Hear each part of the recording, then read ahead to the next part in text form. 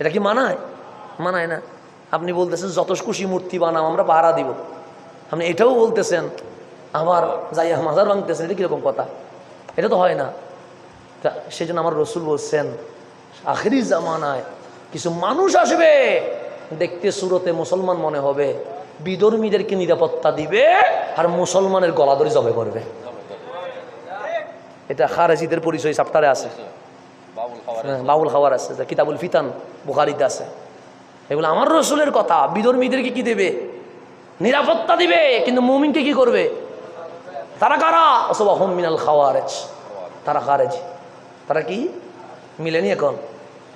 মিলেনি এখন? মিলাইয়া দেখেন, আমি নাম বলবো না, মিলাইয়া দেখেন। আল্লাহ যেন আমাদেরকে বুঝার তৌফিক নসিব করে। আমি তো হকের আওয়াজ, যেখানে আমি হক কথা বলে যাব, হক কথা আমাকে বলতে হবে। এখন বিচার আপনাদেরকে দিয়ে গেলাম, আপনারা মেনে নেন। তাহলে আহলে সুন্নাত ওয়াল জামাত